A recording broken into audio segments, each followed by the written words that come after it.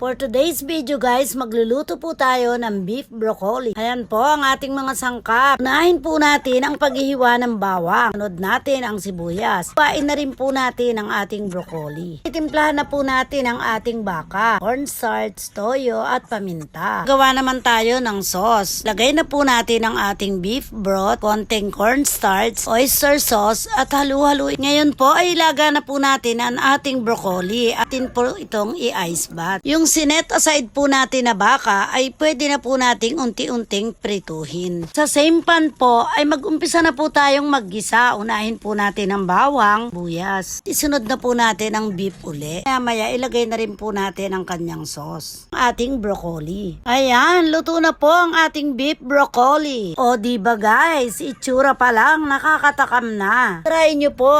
Luto na po ang ating beef broccoli. Thank you for watching. Follow for more.